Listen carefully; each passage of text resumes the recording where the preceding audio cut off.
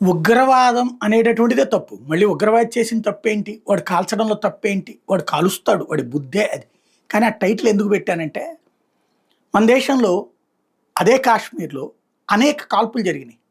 కాశ్మీరీల మీద కాల్పులు జరిగినాయి. అదే సందర్భంలో అంటే కాశ్మీర్‌లో ఉన్నటువంటి హిందువుల మీద కాల్పులు జరిగినాయి. కాశ్మీర్‌లోకి వచ్చి కూలి పనులు చేస్తున్న వాళ్ళ మీద కాల్పులు జరిగినాయి. సైన్యం మీద కాల్పులు జరిగినాయి.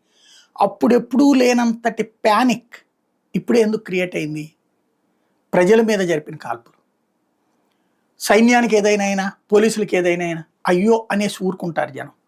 అదే తమలాంటి వాళ్ళకి, అందులో ఎస్పెషల్లీ కాశ్మీర్ టూర్‌కి వెళ్ళాలంటే పేదలు వెళ్ళలేరు. Minimum middle class, maximum above middle class.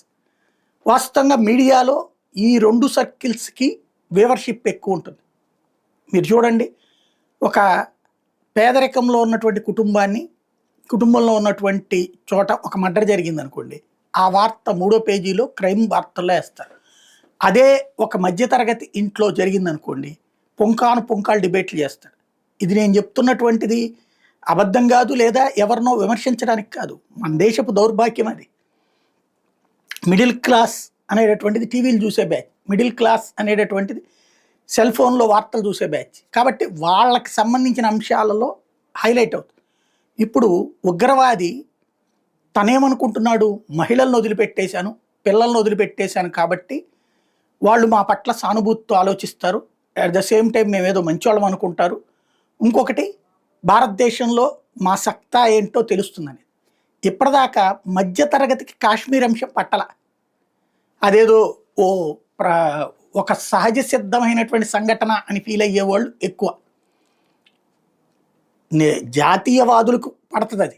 కానీ ఈ రాజకీయాలు కానీ, ఈ దేశం గురించి ప్రత్యేకించి ఆలోచించే తీరిక లేని మధ్యతరగతి, తమ ఉద్యోగాలు, తమ బిడ్డల ఉద్యోగాలు, సాఫ్ట్వేర్లో చేరుద్దామా, హార్డ్వేర్లో చేరుద్దాం, 1,00,000 వస్తుందా, 2,00,000 వస్తా, 10,00,000 వస్తుందా అని ఆలోచించుకుంటా కూర్చునే బ్యాచ్ ఏదైతే ఉందో వాళ్ళకి కాశ్మీర్ గురించి తెలియదు.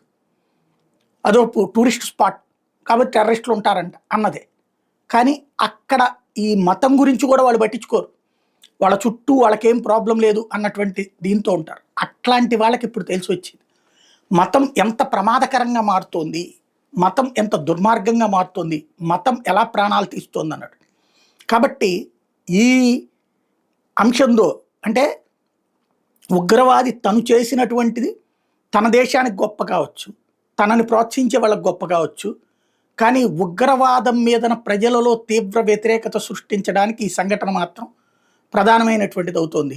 మధ్యతరగతి, దిగువ మధ్యతరగతి, ఎగువ మధ్యతరగతి కూడా ఇప్పుడు కేంద్రం ఏం చేసినా, ఏం మాట్లాడినా అంగీకరిస్తుంది. మొన్నటిదాకా ఏదాళ్ళు మాట్లాడతారులే అనేటటువంటి విపక్షపు మాటని అంగీకరించిన వాళ్ళు కూడా ఇప్పుడు ఆలోచించడం ప్రారంభిస్తారు. ఓ రకంగా ఇది మానసిక యుద్ధంలో ఉగ్రవాది ఓడాడు.